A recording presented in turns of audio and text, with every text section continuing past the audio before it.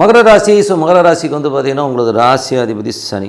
சனி வந்து பார்த்தோம்னா உங்களுக்கு வந்து 3ல் இருக்கார். ஸோ 3ல் இருக்கும்போது சின்ன சின்ன கலகங்கள் என்றைக்குமே 2ஆம் அதிபதி 3லோ 3ஆம் அதிபதி 2ல் இருக்கும்போது கலகங்கள் வர்றதுக்கான வாய்ப்பு இருக்கணும். ரொம்ப கவனமாக இருக்கணும். நம்மளுக்கு தெரியாமல் ஒருத்தவங்க கேமரா வைக்கிறது, நம்மளை வாட்ச் பண்ணுறது, இந்த மாதிரி விஷயங்களாக இருக்கும். கொஞ்சம் கேர்ஃபுல்லாக இருந்துக்குங்க. அதுக்கப்புறம் பார்க்கும்போது உங்களது 3ஆம் அதிபதி 7ல் வந்து உச்சமாக இருக்கும்போது காமம் சார்ந்த விஷயம்னு கொஞ்சம் கவனமாக இருக்கணும். எனக்குமே இந்த 3, 7லாம் இருந்ததுன்னா கொஞ்சம் அந்த மாதிரி ஒரு டைவர்ஷன்ஸ் இருக்கும். ஸோ அந்த மாதிரி விஷயங்களை கொஞ்சம் கேர்ஃபுல்லாக இருந்துக்குங்க.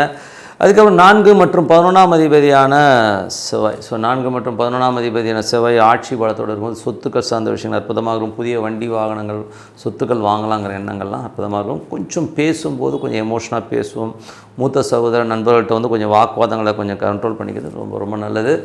அதுக்கப்புறம் பார்க்கும்போது உங்களுக்கு 5ஆம் அதிபதியான சுக்கிரன் வந்து உங்களுக்கு வந்து 10ல் வந்து ஆட்சி பலத்தோடு இருக்கும்போது தொழில் ரீதியான விஷயங்கள் அற்புதமான பலன்களை கொடுக்கும். குழந்தைகள் விஷயங்களில் வந்து கொஞ்சம் காரசாரமான வாக்குவாதங்கள் வர்றதுக்கான இப்போ ரொம்ப பார்த்து பண்ணணும். பிஸ்னஸ்லேயும் வந்து பார்த்திங்கன்னா நீங்கள் வந்து அதை இன்வெஸ்ட் பண்ணும்போது 1க்கு 4 வாட்டி யோசித்து இன்வெஸ்ட் பண்ணுறது ரொம்ப ரொம்ப நல்லது. ஆனால் வாய்ப்புகள் கண்டிப்பாக வரும். பெரும் பணம் சார்ந்த விஷயம்னும்போது கொஞ்சம் கேர்ஃபுல்லாக இருந்தது ரொம்ப ரொம்ப நல்லது.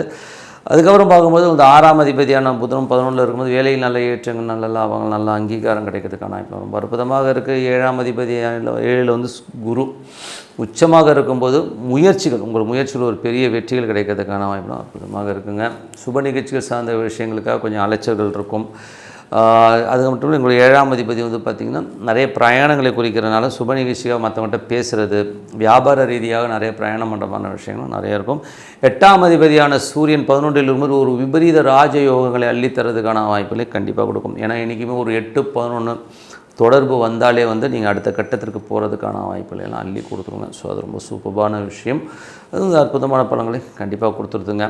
ஏன்னா வந்து அந்த இடத்துல வந்து பார்த்திங்கன்னா உங்களுக்கு வந்து சூரியன் வந்து குருவுடைய சாரத்தில் போகும்போது ஒரு ஆன்மீகம் சம்மந்தமான விஷயங்கள்லாம் வந்து ஒரு பெரிய ஒரு ஏன்னா 8, 11 ப்ளஸ் குரு சம்மந்தப்பட்டாலே ஆன்மீக சம்மந்தமான ஒரு தேடலுக்கு விடை கிடைக்கிறது, ஒரு திடீர்னு ஒரு என்லைட்மெண்ட் கிடைக்கிறது, இந்த மாதிரி விஷயங்கள்லாம் கிடைக்கிறதுக்கான வாய்ப்புகள் நிறைய இருக்குது. ஸோ அது ரொம்ப சூப்பரான விஷயங்கள். அதுக்கப்புறம் பார்க்கும்போது உங்களுடைய 9ஆம் அதிபதியான புதன் 11லும் நல்ல நாலேஜ், நல்ல ஒரு பெரிய மனிதர்களை சந்தித்து உங்களுக்கு அங்கீகாரம் கிடைக்கிறதுக்கான வாய்ப்பு நல்லா இருக்குது. அப்பாவுடைய உடல்நலம் சம்மந்தமான விஷயங்களை மட்டும் கொஞ்சம் கேர்ஃபுல்லாக இருந்துக்கணும். தாய்மாமன் உறவுலையும் பார்த்திங்கன்னா சின்னதாக ஒரு குளறுபடி வரதுக்கான வாய்ப்பும் கொஞ்சம் கவனமாக இருந்துக்கணும். அதுக்கப்புறம் பார்க்கும்போது உங்களுடைய 11ஆம் அதிபதி வந்து செவ்வாய் ஆட்சி பலத்தோடு இருக்கும்போது நண்பர்கள் சூழ்நிலையெல்லாம் ரொம்ப அற்புதமாக இருக்குது. அதெல்லாமே அற்புதமான நல்ல சந்தோஷம் குதூகலமும் வர்றதுக்கான வாய்ப்பும் அற்புதமாக இருக்குங்க.